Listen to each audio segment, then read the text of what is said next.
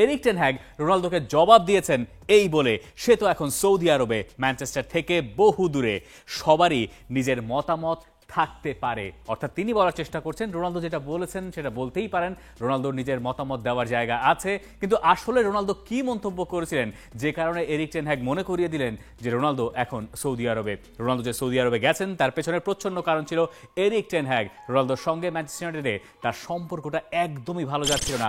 পরে বাধ্য হয়ে সৌদি ক্লাব আল নাসারে যোগ দিতে হয়েছিল ক্রিস্টিয়ানো রোনালদোকে।